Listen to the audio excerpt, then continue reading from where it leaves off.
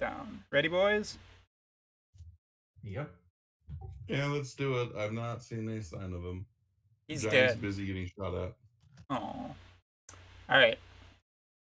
Ladies and gentlemen, let's shoot this fucker. All right. 3, 2, 1. Have no fear, everyone. We've been gone after a long period of time in the month of June, but just like Brave Exvius, we have a 30-year plan as well. It's episode 4 of InterVisions today, and today I am joined by some wonderful co-hosts.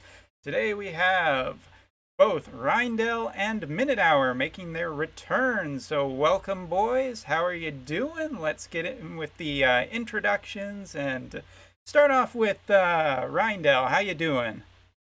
Hey, I'm doing great. It's actually I'm Canadian and it was Canada Day yesterday, so day off today. Pretty good day. Did some board games.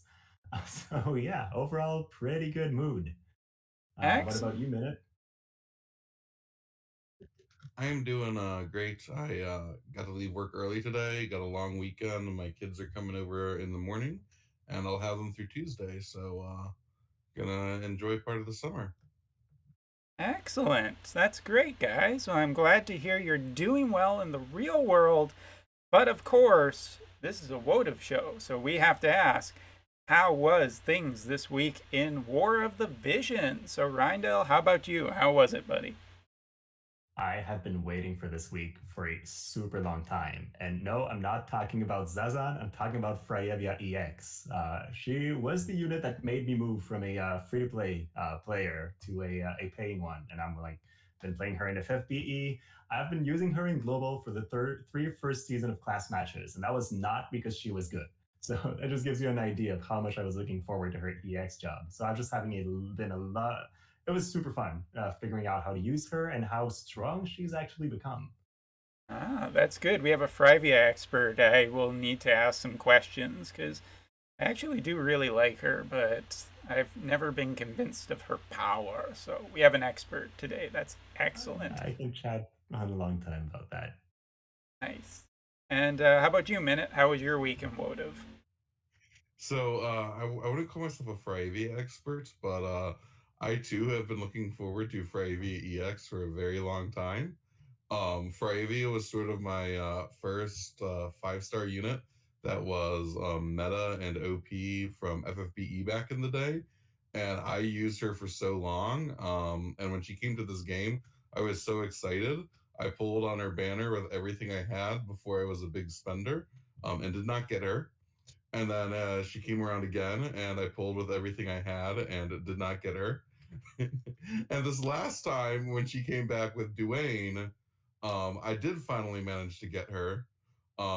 She was completely power crept at the time, and so I really was like, do I even build this? But I did, and at the time we had all of the global festival medals, and it was right before EX jobs dropped, and the shop stayed open through the launch of EX. And so I dumped all of my medals into mind spheres for her. So I had her mind spheres, 360 mind spheres for Fravia before this week even started. Wow. That's how Nice. excited I was for Fravia. I So officially tip my by the time hat. I finished pulling for Zazan and had gotten a Duane along the way, I was basically sitting at 360 mind spheres for Duane and Fravia, and just need to do a couple days worth of guild pulls to finish them off. So this is a good week for me. Wow. I am happy to hear that because you know what? Sometimes it's not about whether or not the unit's the most powerful, it's just what makes you happy, and that's really great. And even though it sounds like Ivy is better than I think, but for myself this week, kind of a rough week to be totally honest. This week was the launch of Oberyn, who, as a unit, I have been waiting for a while, and I love the Hinder Nation, and the Hinder Nation is going to be the ones that I am representing the most, and my pulls were a frickin' disaster. It was a salt mine. literally going to pity on it. This one hurt more than others just because of the whole idea of every once in a while, and I don't know if people really understand this what I'm about to say, but that feeling of that one character you really, really want, and you know the odds are bad. You know the odds are bad, but you just kind of hope that things are going to be a little bit less of a disaster, and that was not the case. So I mean, you had to pull for your twin, right? I really did. If I Oh didn't man, get him, so true. he he does look more than a little like me. The cosplay might be coming in the future. We'll see how much time I have in the next little bit. All right, so shall we get into it, boys? Because I know it's the long weekend. By the way, just going to give a shout out to Happy Canada Day, Happy 4th of July for our American viewers as well, and every other country that is celebrating something that I don't know about. Apologies. Let's get right into it. There you go. There's your Canadian.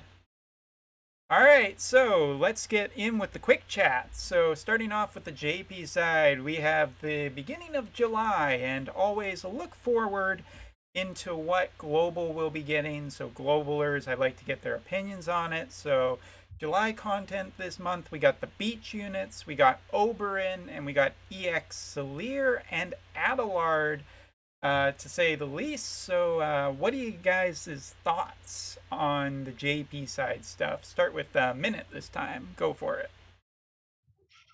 So I don't know what to expect on the JP side, but I will say it hasn't gone missed that the current event on the global side is only 2 weeks long, and we're expecting the beach units in JP in 2 weeks.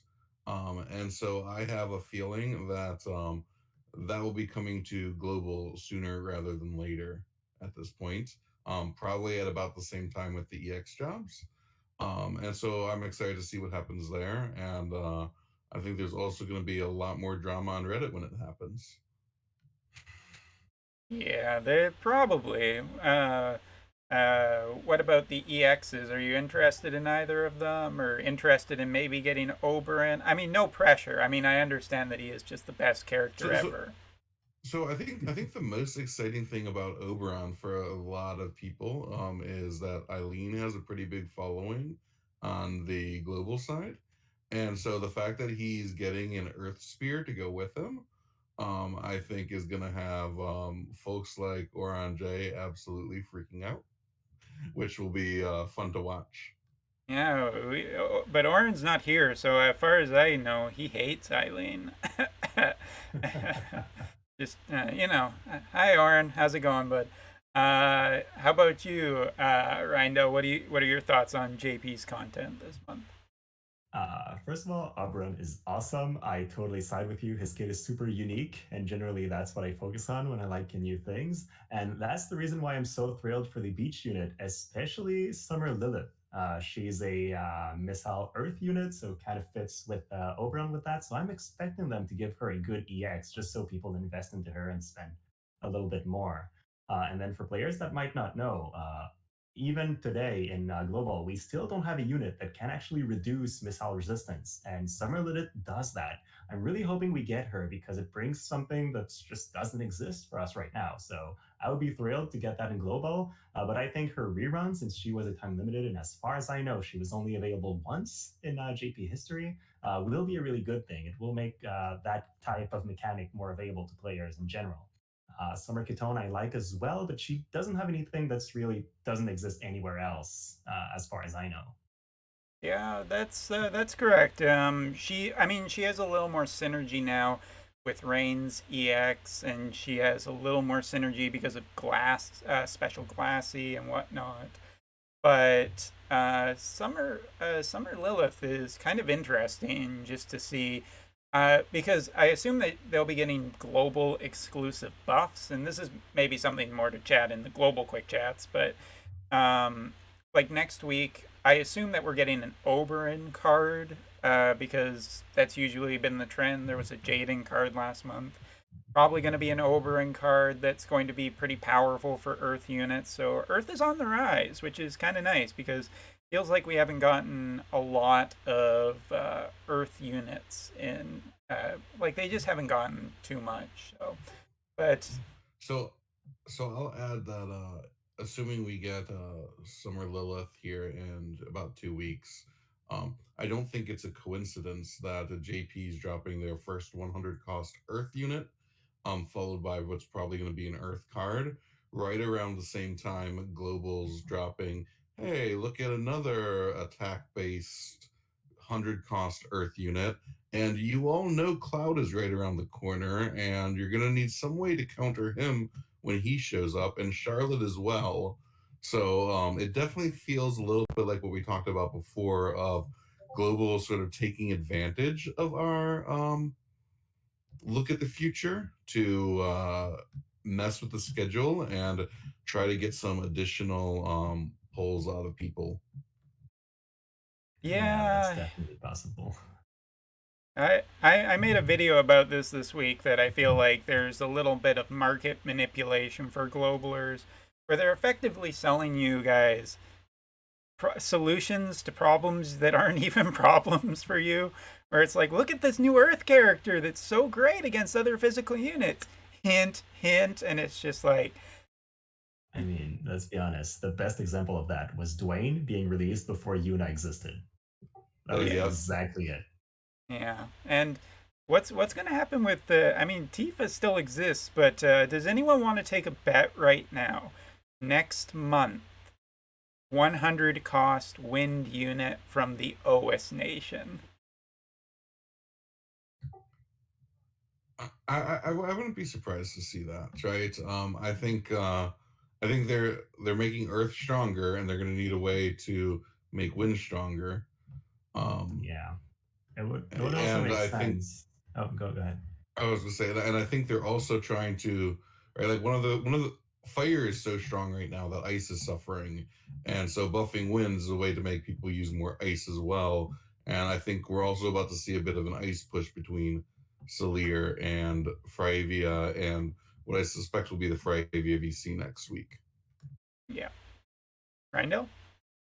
Yeah, that's exactly where I was going, saying if they do 100 cost wind, then it opens up a room for 100 cost ice following on that. And it keeps being a counter to the most recent problem. So it's really easy to get people to keep needing those units.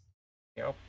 All right. With that, that's a good place to segue over to global chats.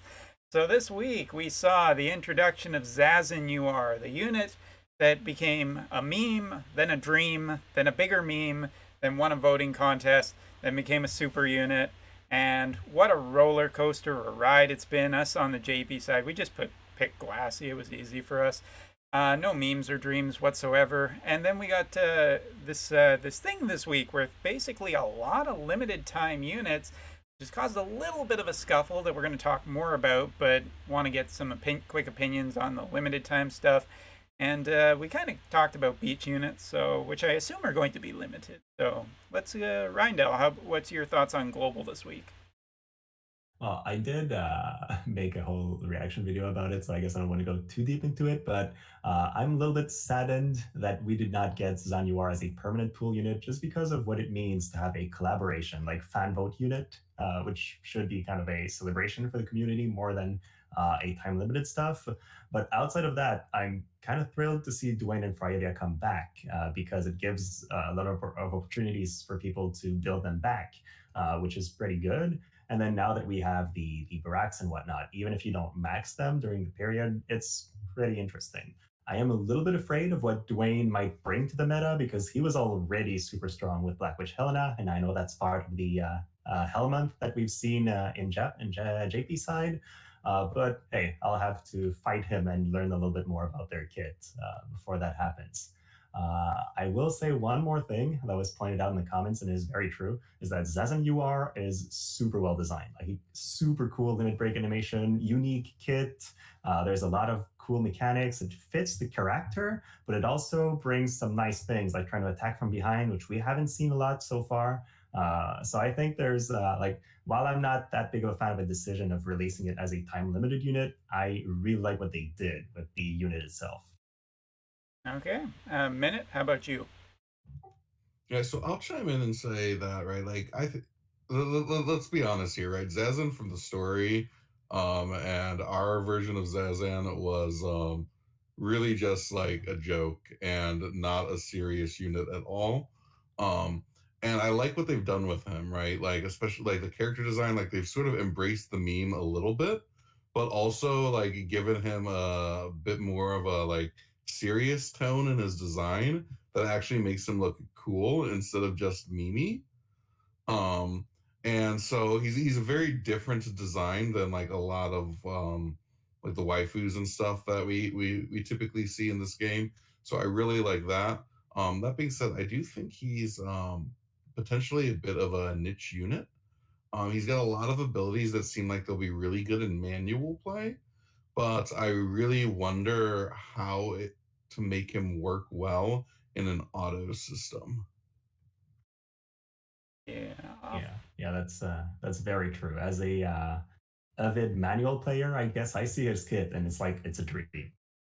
But on Odo, I struggle to know how his AI will actually leverage that. I don't even know if the Odo uses attacks from behind, aside from hit chance in their calculations. So, guess we'll have to wait and see. Yeah, I think the other thing for the auto piece is right. He's got four move, which is fantastic, but he always has four move, and he only has buffs that are self buffs. And so this guy is a missile. He's charging straight in there. You're not going to get him to hang back and do any sort of prep with the rest of the team. And then he's got that jump move that also like gets him further into the fray. And so I really see him just sort of like being like old school Venera was and being this like sort of suicide projectile unit. Yeah. And from my understanding from some people I've talked with, is that his AI prioritizes bells primarily and then his auto re-raise. But it is a problem with his kit where essentially he is solo focused. So he like you said, he will get about one buff in, but I think his high mobility is actually more of a detriment to his kit. He's actually too good, and that's going to be a problem going forward, I think, for him. Deadly in manual though. But I guess since she's on the poster, we should also talk a little bit about her. Rivia, I want your guys' impressions because this is something I have not really heard anybody talk about too much this week, and I want my two experts here to just give me the rundown. So, Minute, you go first. I did call you an expert, so hi. So I will say I think Randall's probably more excited about Frivia's place in the meta than I am. Um, I think she's certainly an awesome unit. I'm not sure she's gonna thrive too well in the current meta just because fire is still so common, right? Like I feel like she's still gonna get eaten by King Mont pretty badly, right? If she's your tank and you're running like Fravia, Helena, Duane, or something into like Mont Helena Duane or like anything comparable, I think you're gonna lose because I think she's gonna get beat by Mont. Um, that being said, like if we can get something in global where they can get like wind really going strong somehow, I think you'll see a really good place for her. She's got lots of HP. She's got a TP based hate skill. She's got ways to buffer stats. She can get really high both slash and magic resist now. The only thing I feel like that's really limiting her besides the fire in the meta is if she's limited in where she can get slash from that synergizes with her other stats, right? There aren't a lot of slash resist espers that are going to be boosting other things you want to boost on her. Hmm. And so what I'm actually really hoping is that if her VC drops next week, it's got party slash resist on it. That's my big hope is party slash resist with like magic buff for ice units to synergize really well with freezes. So that's what I'd like to see. All right. And now to our other expert, Rindell. Also tell us Uh, what you hope for the vision card too. Yeah, first of all, I have to say what Minute said for the vision card is exactly the thing she needs. My hope for the vision card is that if she equips the vision card, she gets Frost Flower Blitz. I want to see that move in War of the Visions. It was like her iconic FFBE move. If she gets that, I don't care what else the vision card has. But in terms of her place in the meta, I think Minute touched the one thing. Like I've been using her in Arena quite a bit. She is a powerhouse, but she does struggle against King Mont for several reasons. Kingmon has a disable he can land. He can reduce healing, which is also really bad. He's fire, and he can berserk. She's a high faith tank, so she's susceptible to all those status effects really much. And then the damage Kingmon does, not a big deal. Freya can easily get to 70% and up in terms of slash resistance, so she can deal with him in terms of damage, but he can easily shut her down. As a healer, and that's the one thing she has that's unique that other tanks don't really have is the fact that she can both tank and heal. So if you take that away, she's worse than Warrior of Light. She's worse than King Mont in terms of how much she can tank, just because she's more of a specialized tank. So she has, while she has limitations, she's really good. And then the one thing I learned yesterday that just drove me crazy about it is the fact that her new ability, Spell Veil Blade, when she uses it, gives her 20 defense and spirit, which is cool, but that can actually stack up to 3 times. So if you manage her AI so that she spams that, she can have a total of plus 60 defense and spirit and just run around as an unkillable tank. That So is I think if crazy. you I can did not know that. yeah, if you Wow. can set her AI well, and I've made it so in a couple matches where she just spams that and then uses the full life ones and then keeps spamming that, and at that point she becomes good. So it's an interesting scenario. I think it's the first time we have a unit like that where the longer the fight goes on, the more tanky they get until the turns wear out. Hmm. That's interesting. I think we're gonna have to revisit this. I'm gonna need you guys both back on a special in 1 month, the Frivia InterVisions special. Once we have the vision card and we see everything, and also uh, maybe they'll give the Laswell card a little bit of a boost to her as well. Maybe, who knows? But all of that could be very interesting, and we'll have to wait and see. But in the meantime, we're going to move on to our next segment because quick chats are just that, quick chats. And we're not having a Coliseum this month. We're going to mix it up a little bit. If anybody hasn't seen an Intervisions before, I cannot decide on any segments that are actually permanently named. So here we are. This is going to be a game time. Kill that character.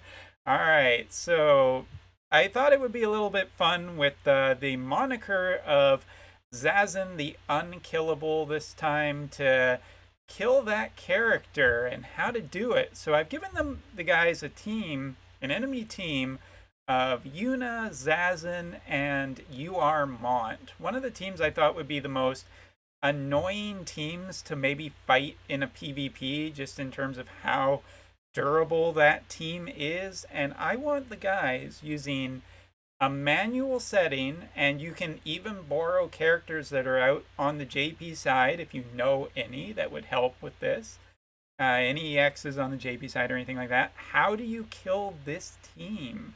That's the question this time. So, who would like to go first today? I think I've got a pretty solid strategy against these guys, to be honest. All right, go ahead. All right. So a key character would be to be. First of all, she's Wind Element, which means she's fairly durable against the sun. With her Vision card, she has some decent spirits, so even a limit break from Yuna cannot one-shot her. It can get her pretty low, but not a one-shot.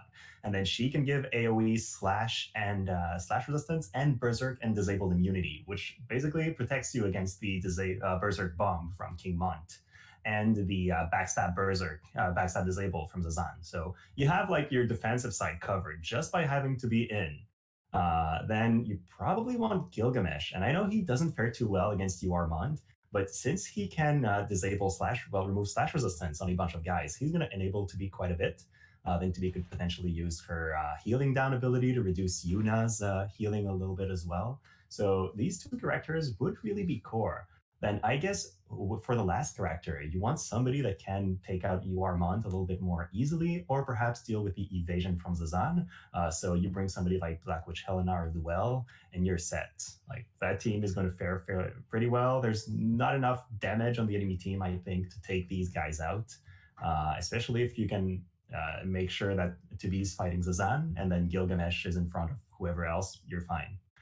Zazan just needs to avoid getting in front of Gilgamesh and taking him out too early. All right, that's a heck of a plan and a strategy. Now, Minute, it's your turn. Tell us, what do you think your team? So I have a question on the rules. Okay. Am I allowed to use any of those units? You are. You are. The rules are there are no rules. You just have to kill that team. Okay. Now, is that team also being played manual, or are they running on auto? They are manual. Okay. In that case, I two B is the obvious answer here, right? Because it's just an easy way to deal with Zazan, and like there's no other way to counter Earth right now, right? There's no other wind units are relevant. So absolutely 2B. And then I've been running so confession time. I've been lazy in guild battles, and I've been running a 3-month-old meta team of Oran, Gilgamesh, and Yuna for a while. And there's nothing that would make me think it is a good idea to run Gilgamesh into King Hunt. Okay. But based on 3 months of experience here, I basically look for the teams that don't have King Mont on them. And they are getting fewer and fewer between, and that's why I'm a little worried about Fryavia. So I wouldn't go the Gilgamesh route. I'd probably do 2B Yuna myself just to have a healer option, and Helena. Okay. All Oh, right. that's interesting. Let me make one more case in this specific team for Gilgamesh. Both Zazan and Yuna can give free raise. So by bringing in Gilgamesh, if you can manage to avoid King Mont, you don't have to kill these guys that many times, which is the main reason I was thinking of bringing him in as well. That is a good point. I'm just thinking of like the times my Gilgamesh has gone and been like Kotetsu plus, and King Mont's like 300 damage, and I'm Oh like, yeah, ugh. I've seen that. It's very true. Hmm. All right. So those are some good teams. Uh, hmm. I personally, I'm not going to. I am once again not just going to be the one responsible for this. We're actually going to open it up to Twitch chat.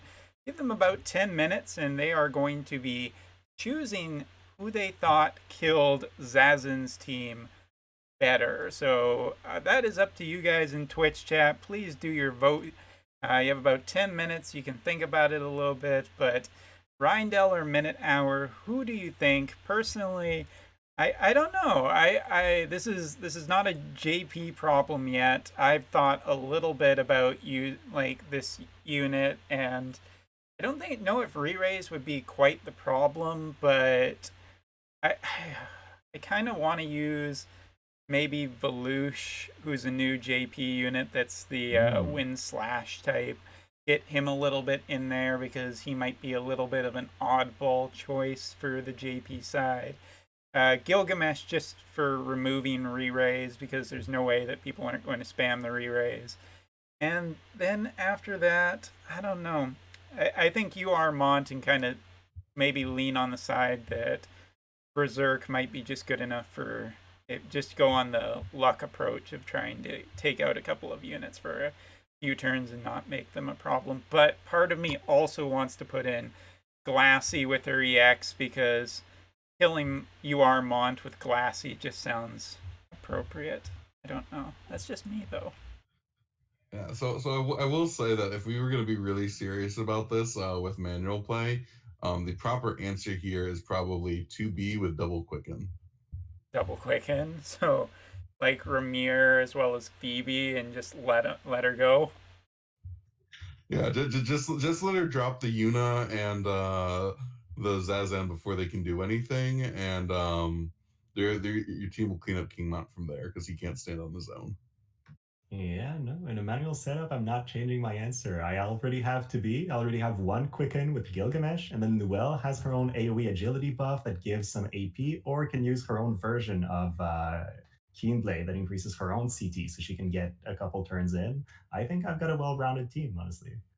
Yeah, no, I think both of you had good answers. I mean, you could have chosen also a very classy answer of like Victora and just charm the enemy, and then you're done, and they're all just killing each other. Like that's fine.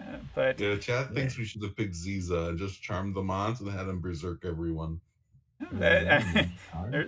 Oh, he's not immune to self-destruction. charm. They finally didn't release a meta unit that has charm immunity. Kind of happy to see that. Yeah. Well, we'll have to see. There is no good answers, but there are answers, and that is always a interesting point. So let's move on to our. We have two main topics this time. I really wanted to choose one, but I feel like there are two very big topics to talk about this week for both, uh, and both in the same kind of theme of just both versions being in trouble right now. So, yeah, here's the thing. So this week for on the Japanese version, Gumi and Square Enix have gotten in a big amount of trouble over the 1 year gotcha banners. If you remember back at the time, the 1 year anniversary banners were found to have a very distinct uh, way that they were dropping not like polls essentially. Lots of people were getting the exact same polls, and at the time they basically apologized. They returned all of the paid and non-paid lapis that people spent on those banners, and basically that was supposed to be it. But I guess it was raised to on here in Japan there is a group that actually monitors this stuff. I think it's like a governmental group that looks after this and makes sure that the laws are being followed for gotcha games. And to just this week, it was announced by this group that Square Enix and Gumi had violated the terms of gotcha laws here in Japan, and that the banners were completely not properly done. And I, basically, there wasn't really any fines that I'm aware of. It's essentially a warning, but it was a warning broadcast essentially over Japan by a government or by an official group about gotchas. And gotchas are a pretty normal thing for people to be playing here. And I'm curious about what you guys think about the future for Votive on the Japanese side, both within terms of reputation, which is a big thing here in Japan, and just in general, what you guys think for the global side for this company, essentially. So, Minute, would you like to go first? Sure, I can go first. So I don't know too much about the mechanics of gotchas. I know there was some talk back when this happened about like conveyor belt gotchas. And I think some of the rulings sort of covered like making sure that polls are independent, etc. So I'm a little curious if that's going to have like sort of a impact on any other companies that maybe use a similar type of system that maybe wasn't quite as egregious and haven't been caught yet, where maybe they'll be a little more cautious going forward. And I don't know, I don't know as much about Japanese culture. Right. So as an American, my first reaction is they didn't even get a fine. They're not going to give a shit, right? Like, but my understanding for some of the folks who are more familiar with Japanese culture that I've talked with is like your honor is like a big deal over there. And so like it was a huge thing when they had the situation with the global or the guilds were all going to boycott because they were upset over Duane type thing, and they trotted out like the assistant to apologize to everyone, and the producer was like nowhere to be seen, right? Like it was sort of a big like scandal there, and so I'm wondering if this is actually going to be like a big deal where like they're not being going to be seen as like an honorable company, and maybe a big warning like this is actually a much bigger deal because of Japanese culture than it would necessarily feel like here in America. Yeah, those are good points. How about you, Rindell? What do you think? Well, I think it's a very interesting thing because a couple months ago, when that happened, I had the feeling that yes, they did something wrong, but the company reacted properly. Like they refunded everybody, they apologized, they people got their resources back, were able to pull again, while keeping what they got from the bad hatchers. So I felt like yes, they did a really wrong step, of course, which is why they're getting in trouble now, but they did what they could to fix the broken pieces. And then since then, there has been the Dwayne incident, but outside of that, I feel like I haven't heard at least of a lot of outrage on the JP side, and they were like trying to fix these things. So having that come back to the scene when there hasn't actually been a mistake from from Gumi's side. It's this same event that happened a year back, is probably going to bring back bad feelings from the community, even though it's not necessarily a new mistake by the company. So it's going to hurt their honor, possibly, like Minute said, and then hurt player confidence in the company, even though it's getting old news in a way. So I'm not sure how I feel about it, but I do think it's important for those agencies to do say that rules have been broken. So uh, it's good that it happens. It's just happening a bit too late, I think. Okay. All right. Good points. The as someone who's lived in Japan for 5 years, expert. No, don't quote me on that. Please don't. Everyone, calm down. Don't need to get angry. It was a joke. But like as living here for a while, yeah, working as a community and working and essentially being friendly and talking to people, you have just your reputation a lot of the times to really focus. And gotcha is important here because for a lot of people who are, at work for long hours and whatnot, you do spend time on public transportation and you need stuff to do. And you see all the time, like the most common thing I always see on trains is people on their cell phones. There are no switches. Like people wonder why like old gaming, like why Japan doesn't buy as many PS5s anymore or PlayStations or whatnot. And it's because portable life is essentially really important here because that's where you get a lot of your time to do stuff. So um, I think that this is incredibly important and a really bad step for Gumi because one of the things here is that it not only directly like it it affects the consumer. The consumer now knows more about it. People are essentially going to recognize Gumi or not so much Alum because Alum's a subsidiary and I think people maybe don't know the difference at this point, but the uh sorry, I'm just getting lost for a second here, but like people know it's bad, and this is going to affect how other Japanese companies interact with Gumi, and it's also going to affect how Square Enix operates with Gumi, because this is not only a hit to Gumi's reputation, this is a hit to Square Enix's reputation as a whole.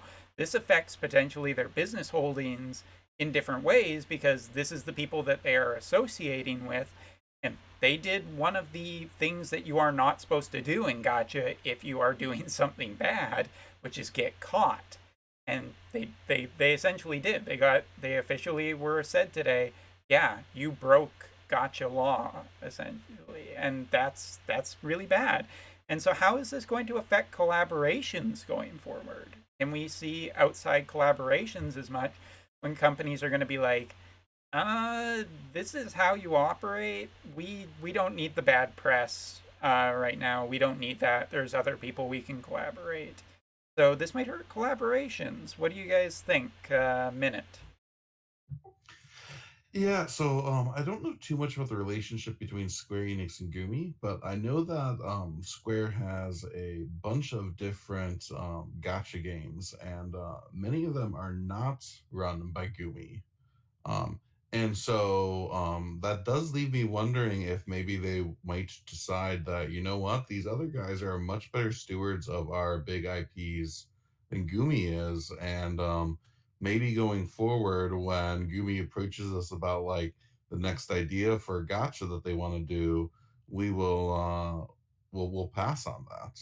I don't know, but I think as a consumer, that's something like we will never see the inside details of, but I think it absolutely could play a role going forward, particularly if Gumi ends up taking a financial hit at Square Enix as a result too, from the bad press associated with this.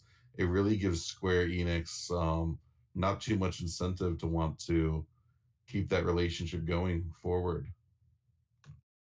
How about you, Rindell? What do you think?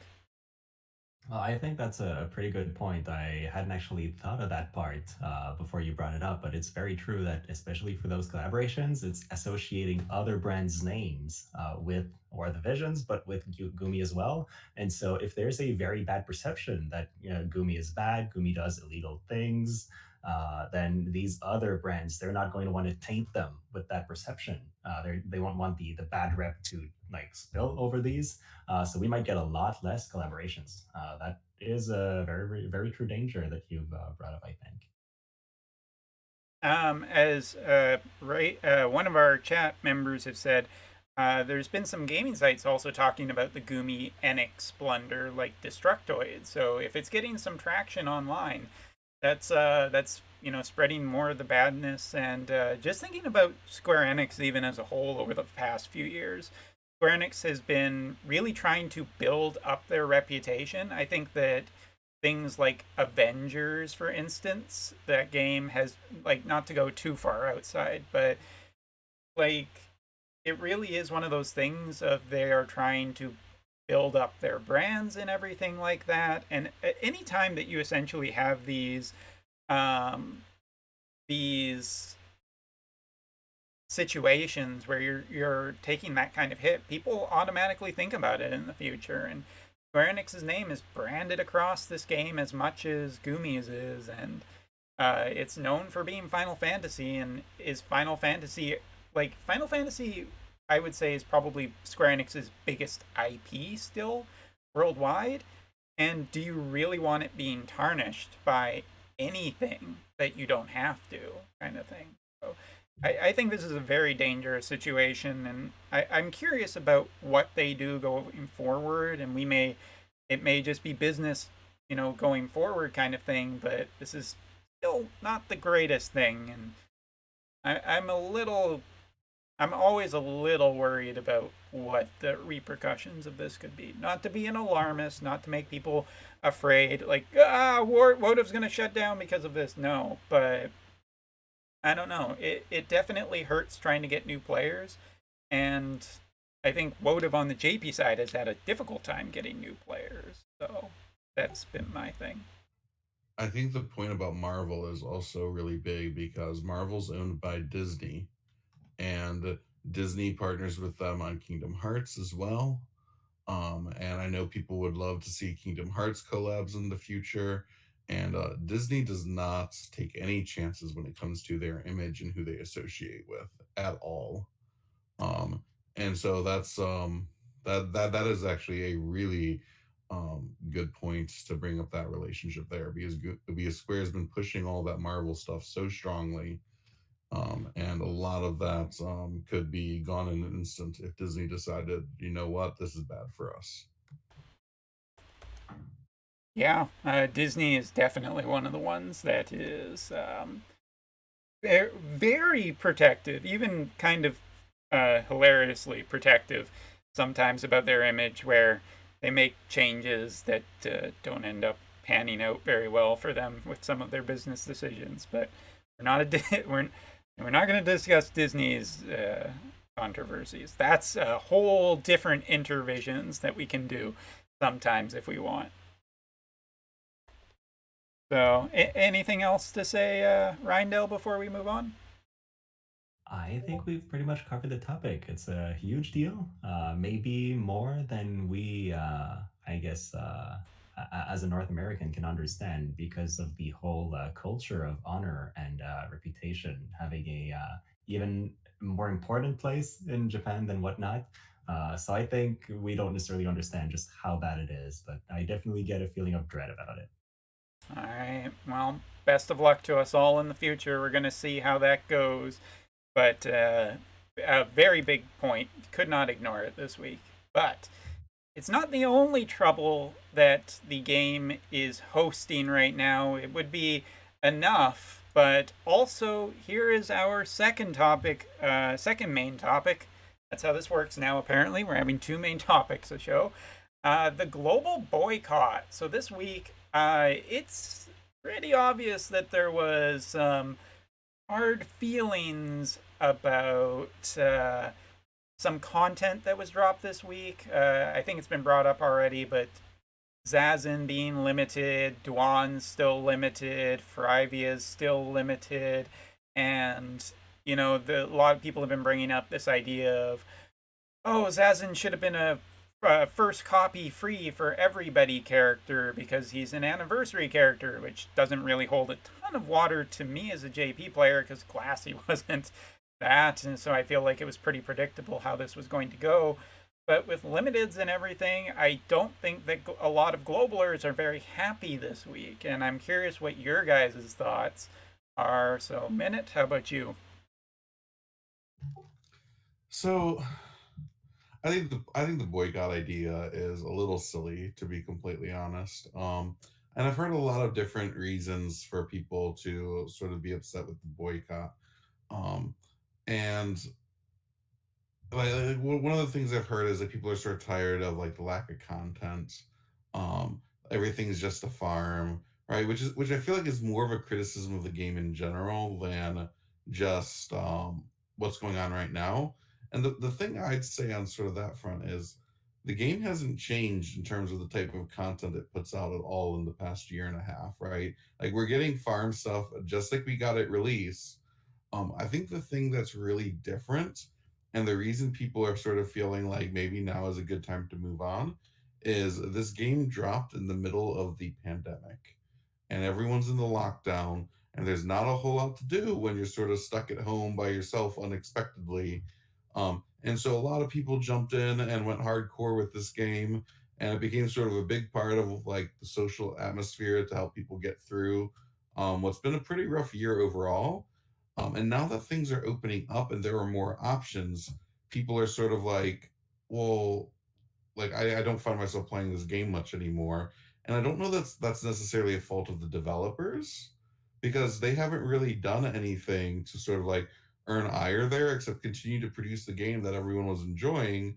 But I think the game hasn't kept up with the fact that some of the realities of life for people have changed in the past months, particularly in the global market. So I think that's what's sort of contributing to a lot of the feelings that are going on as people are prioritizing other things, and I think that's perfectly normal. But I do think Gumi will have to do something if they want to keep people prioritizing this game somehow.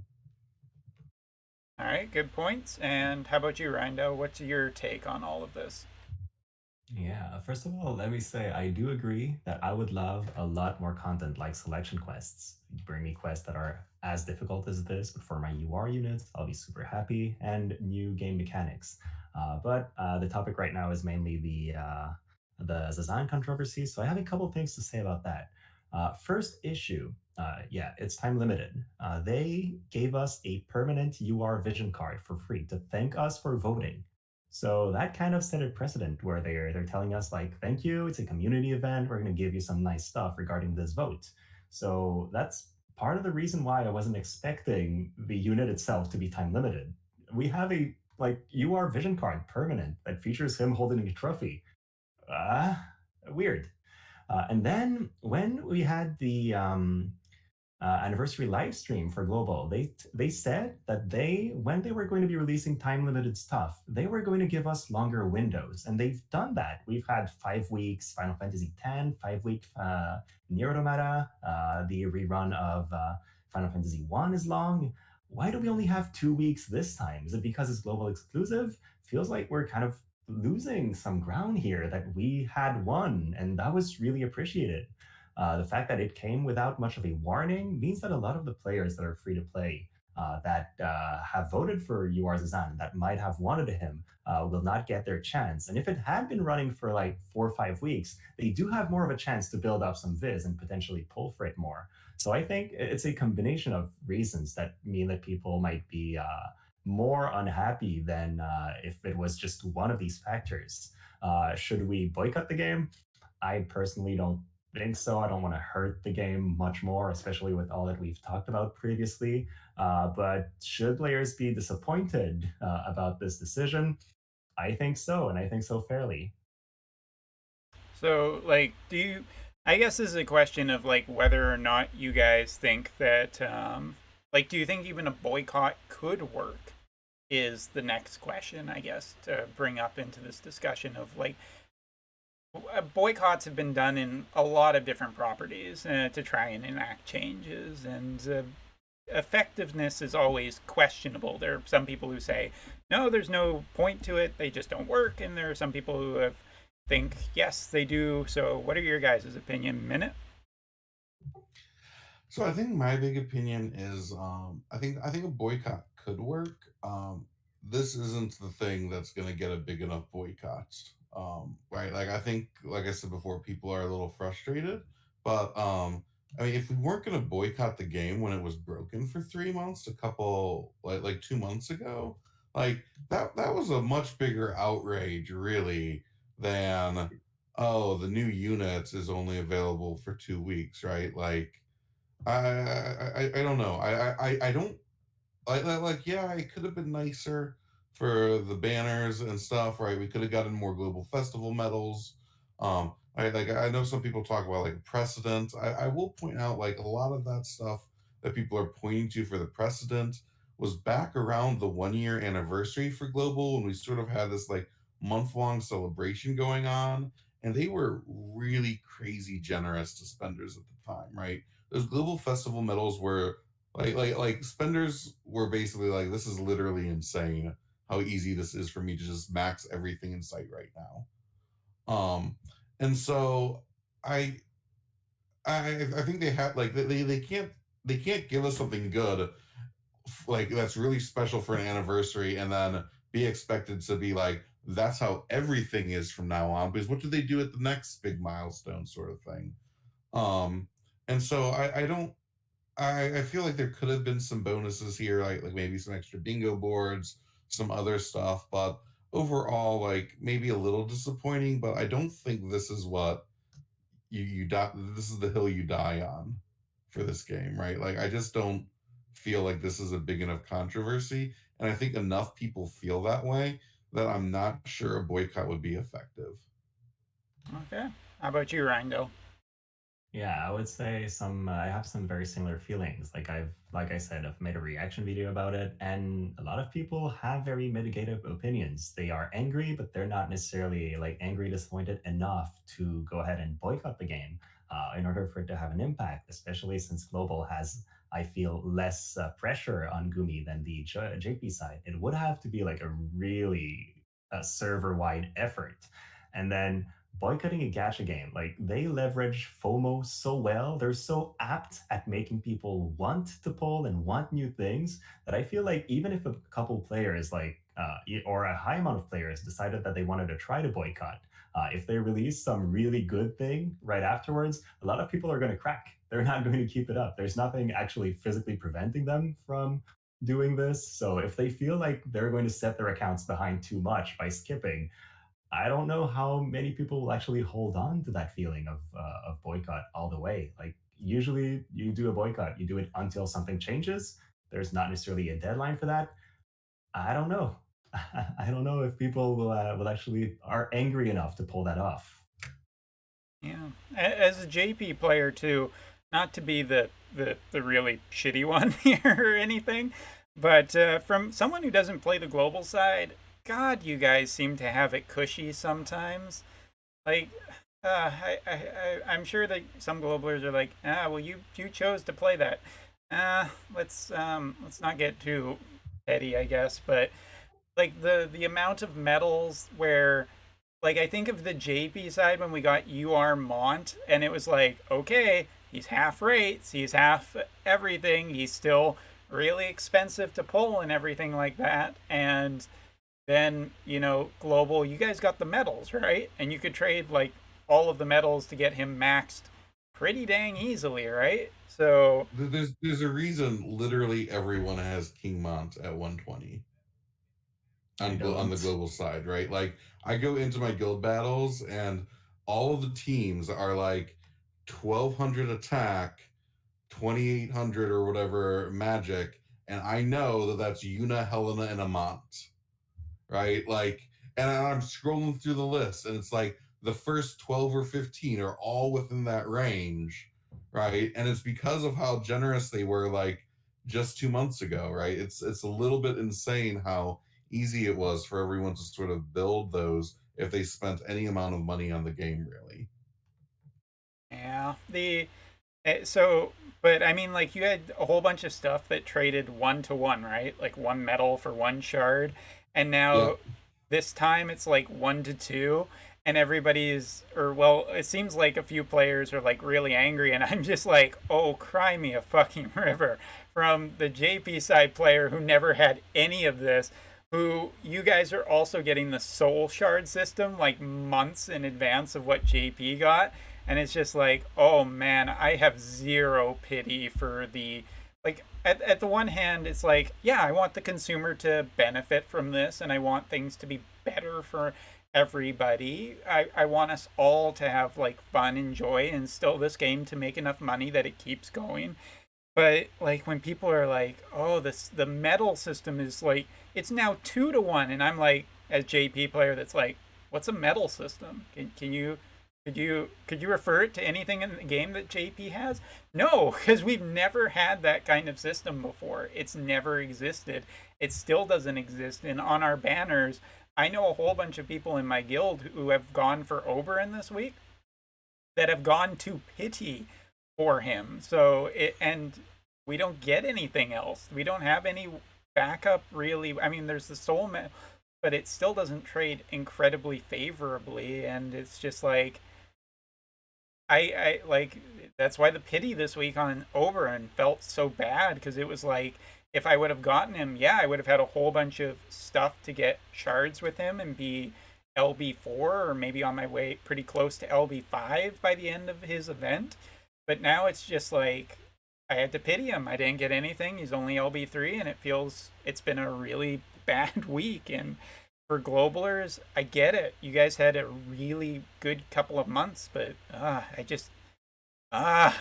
I don't. I just don't have that sympathy in me. The empathy is not there. File not found. Uh, The other thing I'll add on that front, right? Like we got 9 steps for all three of the units, including two that were older, right? Which I actually thought was like a huge plus this week because a lot of times when those things get rerun, you just get like the stock banner, right? Like go ahead and pull for Fryavia and maybe you'll get her, right? And instead you got these, well, what are actually better 9 steps than I think JP is getting these days, right? You get the Rainbow Broadstone, you get 200 shards, you get enough blossoms to max the unit, right? Decent odds of getting the unit you want if you do the full 9 step. And so I feel like the fact that like they did that for both of the older units and stuff was really nice. They had pities for all three, I believe. You could get Dwayne, Fravia, and Zazan all from the pity. So you could just pull on the Zazan banner to pity, and whichever one you didn't get, go grab them, right? Like the Zazan banner had I guess like the half rate up for Dwayne and Zazan and regular grade up for Fravia on it. So you had really great odds that your any rainbows you got were going to be banner ones. I don't know. I feel like yes, it could have been better. We could have gotten like 6 paid 2K pull banners, gave us 100 medals each. That made it just like absolutely trivial to max everything in sight and completely catch up on all of our vision cards. But I also wasn't really expecting that, given that it's not the 1 year anniversary or like within a month of it anymore. Like I said, I sort of feel like this was about what I expected, no more, no less. how about you, Rindell? What do you think? Yeah, well, I do agree. We are very spoiled in global, and I don't think these batters are that bad. Like as you've pointed out, it's better than what JP gets, and it's still possible to pity all these units. Had there been no pity, like wow, that would have been a huge step back. Again, I think the biggest problem is not how these banners or even the festival was handled, is the fact that it's time limited, which goes against the idea, and the fact that the period is so short, which means players have to either spend money to get the Viz right now or say goodbye to this run. And sure, it's probably going to rerun in the future since there's no like legal rights issue around that. Gumi owns the entire character, but it still feels like what should have been a happy festival time is more of a rush to build a custom 100 unit. Yeah, the someone mentioned in chat. I will say, I like the time limited thing is definitely a disappointment. But I think the other thing I'll add is right. I'm sort of expecting Fravia VC next week and summer units the week after, and I sort of want to see how they handle the sort of combined thing. Right, we just got Valentine Salir, who was time limited in JP, isn't in global, right? So that's like an extra perk we got.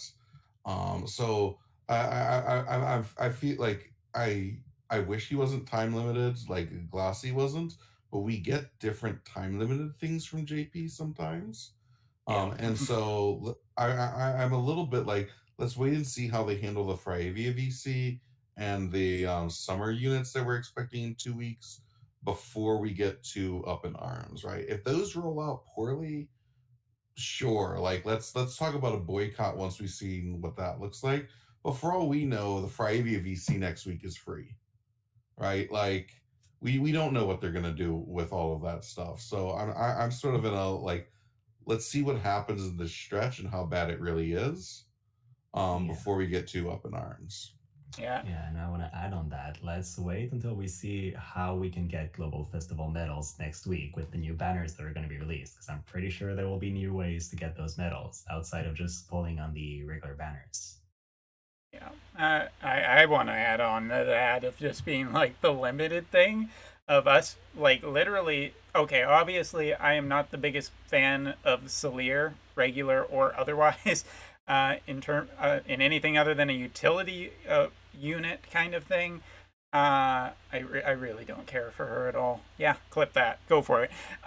But in all honesty, like seeing you guys get like, for instance, the Frederica Vision card, it has been limited forever on JP, and it's one of the very few good Thunder cards. Like, yeah, we have Cloud, but that's limited still.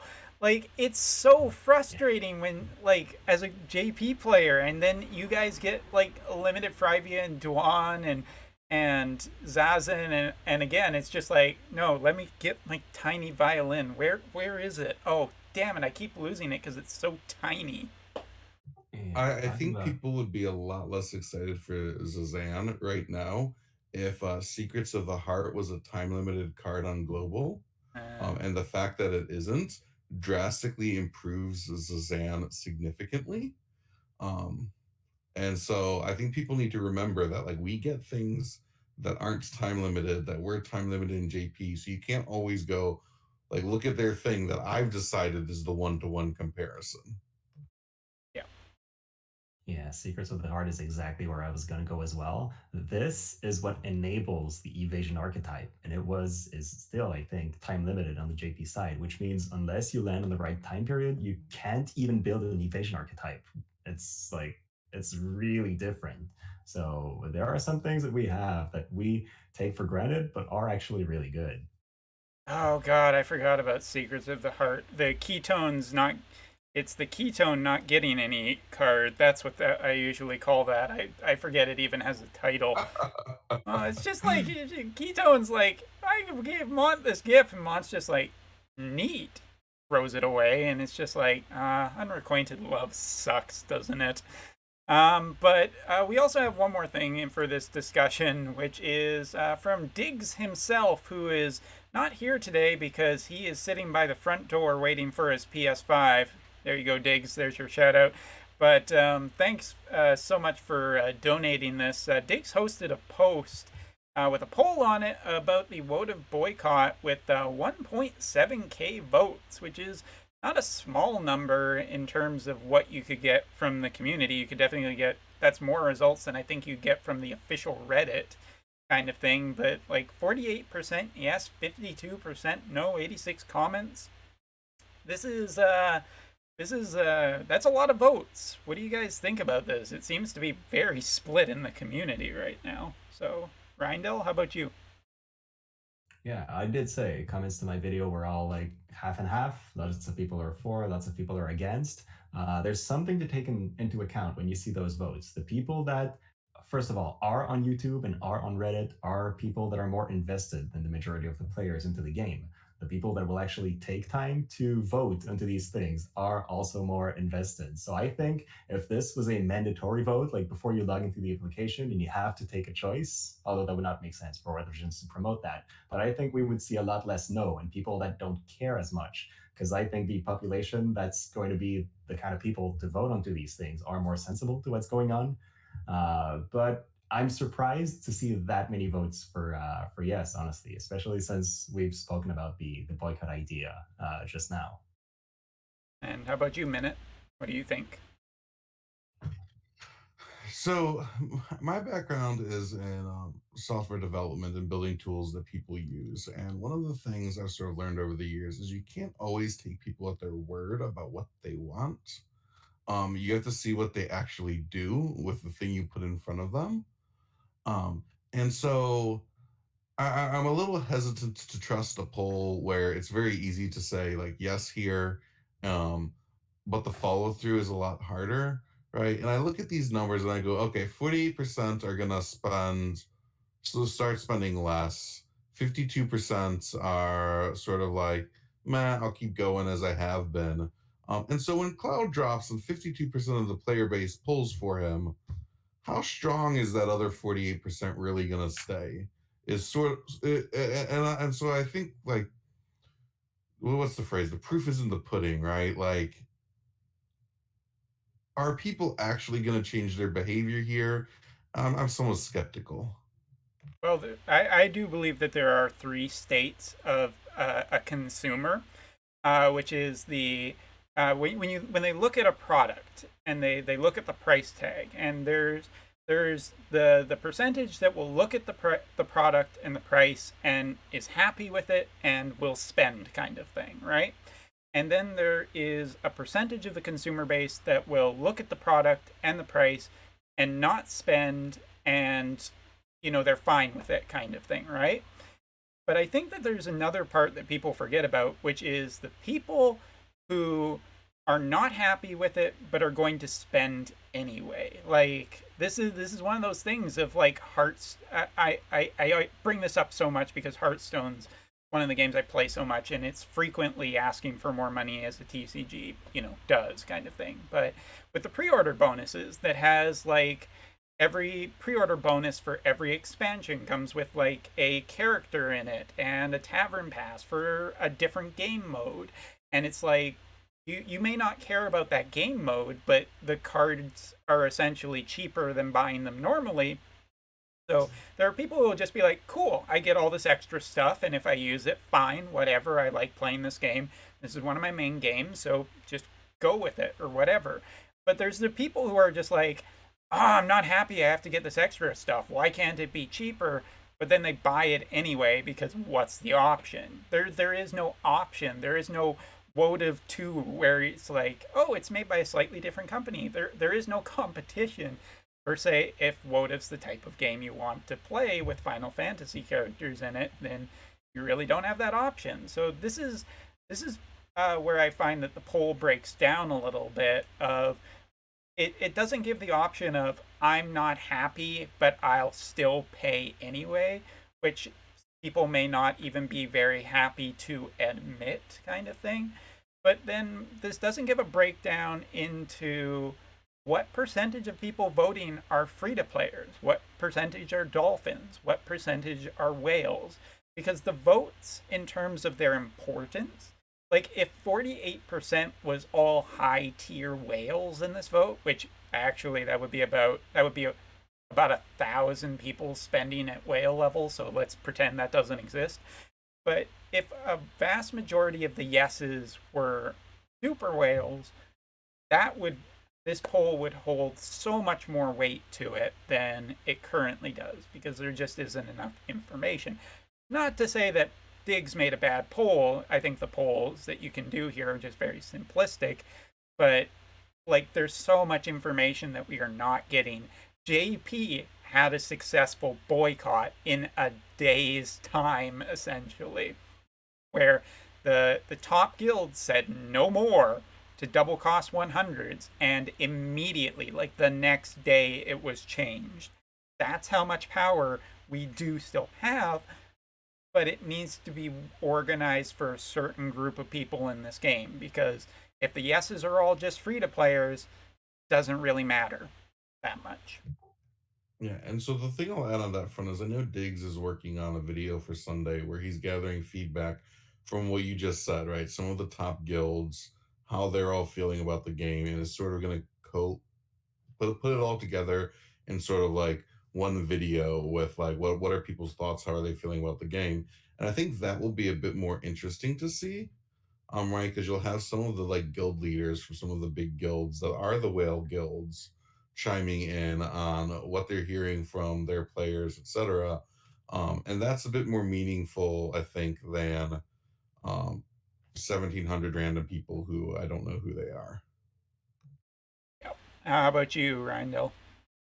Yeah, it's definitely true. I mean, if there was a like I don't know a signed agreement from all the whales that there was going to be a change, then that would definitely have an impact. But like I said previously, I don't. I think right now it's like the end of the wave. There's been the Reddit post. It's been a couple days. People are reading about it still. There's some discussion, but my expectation is that by this time next week, people will have forgotten about that.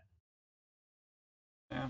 I mean, JB global players are going to have to really. I mean, they're if you're championing it, you got to get the whales on your side. Like that will make a difference.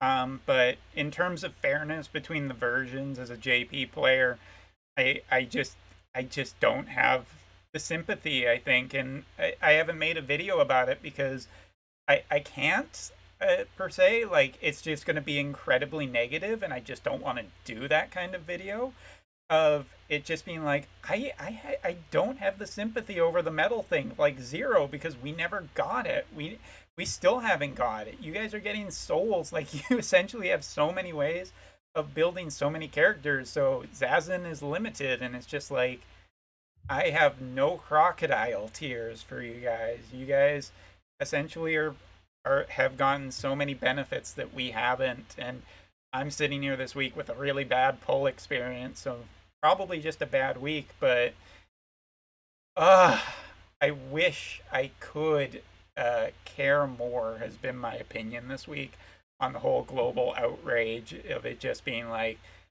"Aw, it's limited. Oh, must feel so bad for you. Guess next in 2 weeks' time when we have the beach units, you can feel bad for Yeah. us."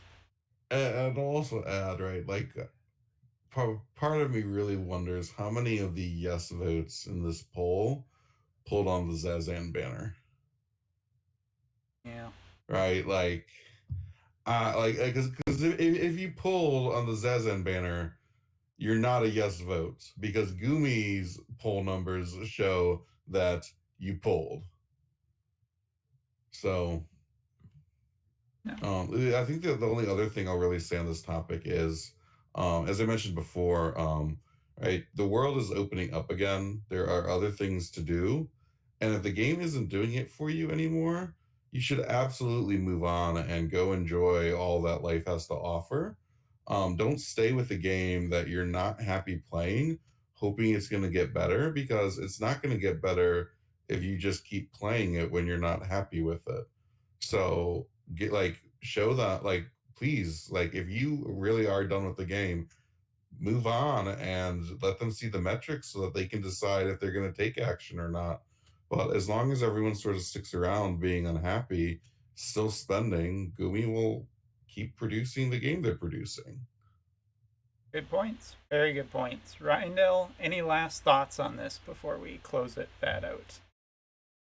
I guess I'll move on to something a little bit little bit different from that, but that also works into the topic. And it's my hope and what would drive me to spend more onto War of the Visions and a bit like minutes say, just stay hooked to the game is having I'll put it this way, like if every 2 weeks I have 2 to 3 hours of new and engaging content I can play, I'll be down to pull. I won't care as much if the banners aren't that good because I'll be like doing more than farming and whatnot.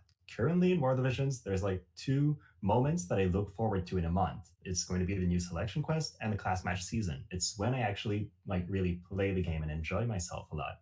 And so if there was something to do on every week of the month that felt to me like a super good time, then having something like banners that I don't like as much and whatnot would not be that terrible because it would not be the only highlight I have in my week. I would have a lot of other things that I would enjoy in the game, and this would just be like, okay, don't care about this banner. I'll just do the content. So I think that's an angle that would help. The thing I'll add to that, and that I've said before, and I can't stress it enough, permanent content in the game would be fantastic. Selection quests are a great step forward on that front, right? They will always be there. They are challenging. You can build MRs for them, right? Give I want the same thing for my URs. Give me some sort of hard content with missions. Doesn't even have to have good loot at the top. Give me some cool title or something, or a skin or anything like that, and just make it scaled for a full team of 120 units and put it in the game and make it really hard. And if I can't clear it for a couple months, fantastic. It gives me something to work towards. That would be great. Yeah, that actually does exist on the JP side. It is actually, I might be even able to bring it up since we have BlueStacks open today. It's in the wrong spot, but let's just bring it up here, which is the Golem challenge, for instance, or even the Christ challenge. Actually, there's both of these have level 120 version, or well, they're considered job level 22, level 115 content, but sure, they're level 120 content. But again, time limited. For what reason? They're actually incredibly difficult and really hard to beat in the time frame. But they have massive amounts of rewards, and some of them are even for vision cards, which are you can't get in the gotcha right now. They're literally vision cards you get from the raid, and then you get the shards from doing the missions, but they're just they don't they're gone in like a couple of weeks, and it's like, why isn't this permanent, or why eventually is it not changed to permanent content? Because so who cares if Christ is always obtainable in the game? That seems like a good thing. Why does everything in this game have to be time limited and only available for like so many days? Like, bring it back, make it permanent. There's level 115. It just sucks that everything is just limited in this game. People shouldn't even be mad about limited characters so much as limited content. I'd love to see Trials of Reckoning stuff brought back. Like throw away the farm component of it and just give us like some levels that are Trials of Reckoning style, where you have like specific bonus units and a leaderboard that just always exists. And people can like just over time, like months, try to get higher and higher up the leaderboard, constantly improving their scores as new units come out. Like that would be really cool to me. Um, but I just don't see why a lot of this stuff's limited and why we can't have like interesting content like that just around permanently. So that there's always something to do, always something to try to improve on. Okay. All right. So, Randall, do you have something to say? I would say, well, I basically began the topic on content create content that we had to play, and I think you nailed it. That kind of content you just spoke about, I can't wait for that. I'm just waiting for occasions to die to the game, like challenge me. So this seems really fun. Would be better if it's permanent because it would give like newer players building their team things to look forward to. Like the bread and butter of this game is building new units and building new vision cards. It's the whole concept revolves around that. And right now, why do we build units? It's to compete in guild battles and in arena, I guess, and class matches. But for most content, at least that we have right now in global, you don't need anything. You can clear the story with a cast of 99 units without much trouble. So it feels like we're farming for something and we're just waiting for it to come. Waiting for almost Yeah, 2 years. I actually think not a lot of people have mentioned this, but I think the biggest thing to be upset about with the global banners we just got is the fact that we got these units and there's no content coming where they're relevant. Right? Like I don't know where I'm going to use Zazan in PvE. I don't know where I'm going to use Fravia in PvE. Right? They're not featured for raids. They're not featured for Trials of Reckoning. Like unless we're getting something in the next week or so that's like a global original event, right? Like I really like the units and I wanted them, but what am I going to use them for is definitely a question I'm asking myself. So everyone who watches this video on Twitch, please watch it again on YouTube for metrics. But also, if you could also send this video, if you use any social media or you know Justin, who is apparently the content, is one of the in-betweens between the community and the developers, please send him this video segment because I think he needs to hear it. I think the developers really do need to see this because it is the best WOTA podcast talk show thing. But Absolutely. regardless, yeah, I think that they just need to hear these points from because this is the community that distilled in a way, kind of. So definitely spread it. Anyway, but that's enough talking about this topic. I think we could go on for a while, but we're going to cut it because we're going to do just a short Q&A today because it is the long weekend and I think our guys want to get some rest and relaxation like Diggs who wouldn't be here tonight. But no shade against Diggs. He's waiting by the door for that PS5. Anyway, uh, I love that he still doesn't know what kind of PS5 he's getting. oh my God, really? All right. Well, a couple of questions. First of all, from Raymond 2030, if you were a unit, would you be a healer, tank, DPS, or something else? Now, I want you guys to answer this, but I don't want you to put too much thought because this was actually going to be a future segment in a future InterVisions episode. So, uh, Minute, what about you? Uh, I'm a big boy, so I'm definitely a tank. Oh yeah, and what? We'll go a little bit further. What element would you be, and what are your sub jobs? See, now I think you've got a good segment here because this is going to require a little bit of Oh pre-thought. no, we are going to do this again. It's just there's going to be more time put into how we do this. This one's just quick. Okay, okay. We're gonna go with let's see, paladin, um, pugilist, and arithmetician. Okay, and what element? And we will say, let's go with ice. Ice. Okay, all right. Ice tank on the competition with Agrius. I like it. All right, and minute or And Bravia. and Frivia. Ah, I see the evil plan here. And how about you, Rindell? What about you? What's your character? That's a good question. First of all, let me say I would totally pull for Minute. That would be an awesome unit. Um, I have a pretty huge martial arts background, so I need to have a combat discipline in my unit.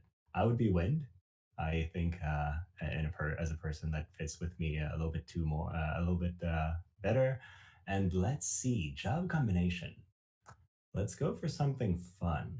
Main job, pugilist, sub jobs, white mage, specifically with the full life node. So you can have somebody going in punching and then bringing their allies back to life. And then what's the last job? assassin because I want a defense penetration passive, and then the flexibility that a class with AP drain and some tricky moves would bring. That would be something. I don't know. That would fit. All right. As for good answers, as for me, I don't know. I'm thinking something of like a main class being a dragoon. I hold on a second. Wait a minute. Wait a minute. Hold on. Yeah, Hold on. just look up what Oberon is, Hold because on. that's you. Sub job. I don't know. Viking. Maybe tertiary job. Something like Nightblade. I don't know. That's just my thoughts about it. And I don't know. For Yeah. element, I'm thinking water because there's this other water spear unit. I feel like she's been treated really badly, not only by the game, but by this her dick ex, almost ex-boyfriend, and I feel like she needs some support. So I'm gonna say that yeah, like dragoon spears, water element. I don't know, just seems to fit me like a glove. Let's just go with that for today. Oh man. She even changed her elements to make him happy, and he's still not interested. I know, what a douchebag. Anyway, next question from CG Arixu, which I'm going to pretend that I actually said that name properly as I do every Twitch stream for anybody. How long should meta comps last? What do you think? Uh, do you think they should last for years, decades, centuries, maybe a week? What are you guys' thoughts? Rindell, how about you first? All right, so I think there's two dimensions to that.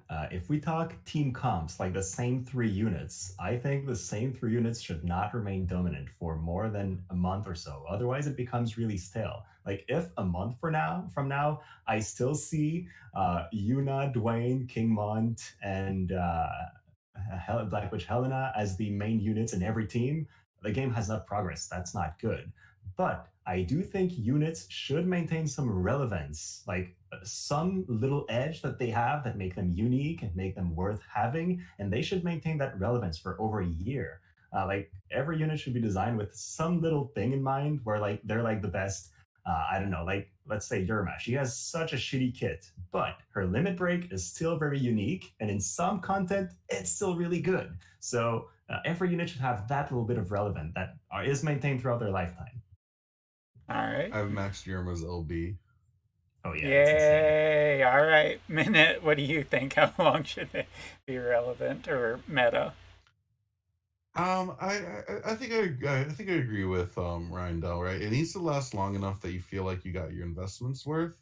Um, and ideally it'll still be like relevant after that for a while. But I honestly I'm getting tired of like literally I go into guild battle and I don't even want to try because it's like everyone across from me is the same comp, right? Like I don't know. Like it really kills sort of my interest in doing much guild battle wise, right? And so I'd really like to see that just broken up a lot more regularly. Yeah. I think that's right. I'm going to say that they should be meta for one day. Actually, no, that's not entirely fair.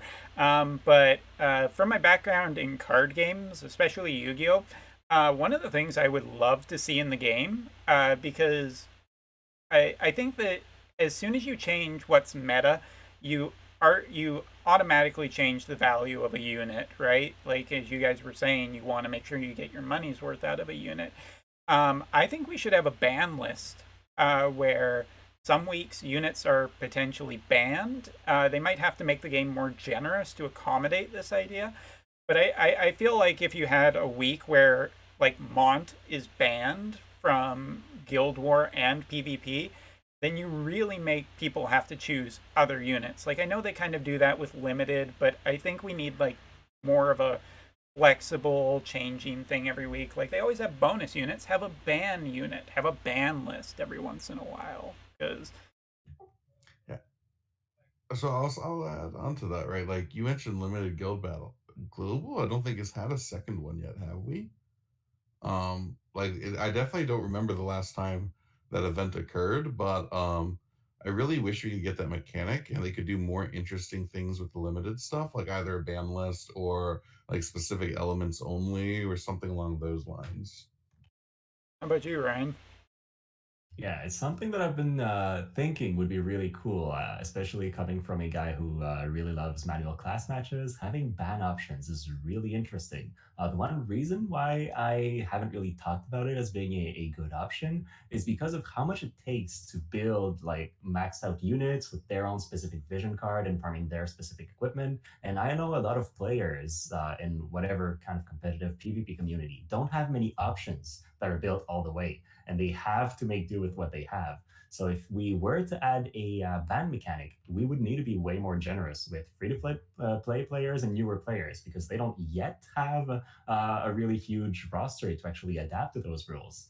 So it would really just help the paying players, I guess, change their teams and change things around. But for somebody who's invested like 3 months of savings into maxing King Mont, seeing him banned would be really, really unfortunate.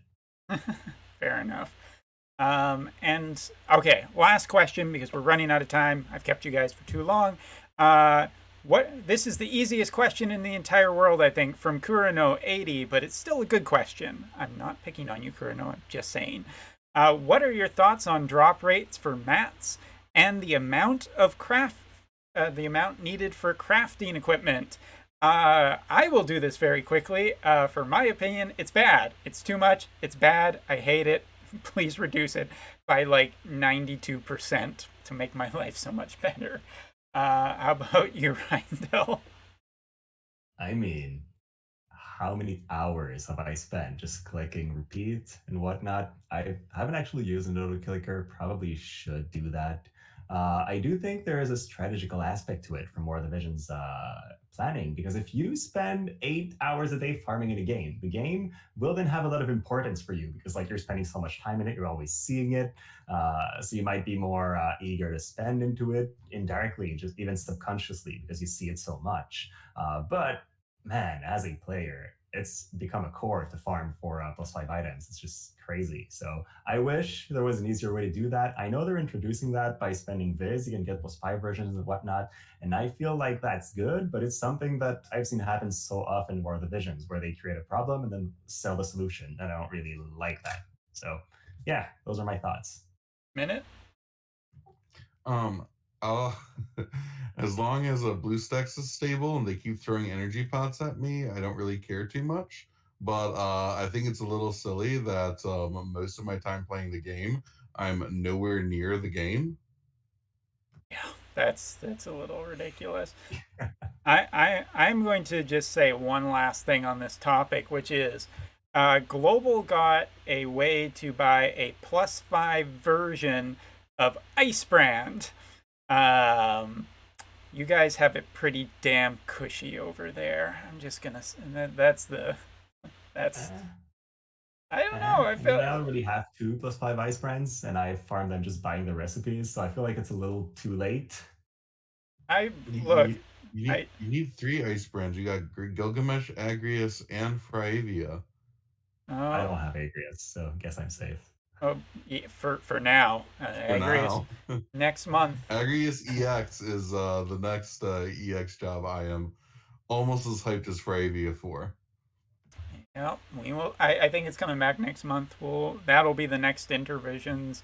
If we don't have a mid-month one, have talked about doing some other things with InterVisions, but that is neither here nor there at the moment. So that concludes this month's episode. Well, this episode of InterVisions, and I want to thank both Minute Hour and Rindell for joining me and doing a wonderful job as per what is becoming the usual. Not Diggs because he wasn't here tonight, so we're just gonna say that. And Oren J wasn't here to defend Eileen's honor, so she's trash as well. And I agree. yeah. Trash unit. Oh, there you go. All right, the glove has been thrown down. We shall see if there shall be anything that comes of it. But is there any? This is always the part of the episode where I want my other guests to plug anything that you guys are doing next week, any videos or content that you really want people to know about. Go for it, Rindell. You first. I mean, I don't necessarily have something planned for next week specifically. I'll be playing around with Fryavia a lot more. If you guys don't know me by now, I mean, you can check Rindell on YouTube. You'll find me there. I mainly make PvP oriented War of the Vision videos, trying to feature units that aren't too meta. So that's mainly what I do. And then one last thing to point out, we did have a vote about who would win the debate on killing Zazan. I saw the results pass as we were going, and I got my ass kicked by Minute. So, Minute, you win yet again. Congratulations, Minute. I will say, you sold me on the you sold me on the Gilgamesh for the re-raise removal. Uh, I hadn't considered that aspect of things, so I might give your team a shot too. All right, so you guys are both winners. Congratulations! But for all intents and purposes of the InterVisions episode, yes, I was going to say that pretty quickly here. But Minute Hour is the winner by Chat's design. However, if you are watching this on the YouTube, please throw your support to whoever you thought did better in that segment as well, because yes, we're filming this on Twitch because it makes it pretty easy, but YouTubers matter as well, provided that you're fairly nice in the comment section. Anyway, Minute Hour, what do you got going on this week? Go ahead. So I this week I will be looking forward to hopefully Friday VC next week. At which point I will be absolutely giddy. I assume much like Grindel will be. Oh, yeah. Um, but I'll probably just be doing some farming over the next week on Twitch. You can find me on Twitch as Minute Havoc. And I've been playing a lot of Demon Souls lately. So if you disagree with the things I've been saying on this stream and you want to see me suffer, that is a great opportunity for you. Excellent. Yes, by all means, watching Demon Souls is a ton of fun. I think that lots of gamers enjoy watching that. So, as always, I have to say, please, if you're watching this on YouTube, in the description section, there will be a link to both of these guys' content. Please go follow them, give them likes, subscriptions, money, your kidneys, anything that you guys can offer up to these guys. A goat, sure, anything. Just do that. Please support our content creators for Wotiv, because regardless of how good the game is, the community, for the most part, as well as our content creators, are fantastic. But that brings us to the end of this episode. So I'd like to thank everyone for watching, my guests for joining us, and remember to be kind to other people, enjoy your time playing the game, have some fun, and build whatever character you really want, because we're all sick of the metas of UR And I just wanted to also add, thank you for having us, Umbra. This has been once again an absolute blast, and I will say, doing some of these collaboration type events with other content creators has been some of the most fun I've had in this game. So appreciate the opportunity to be here.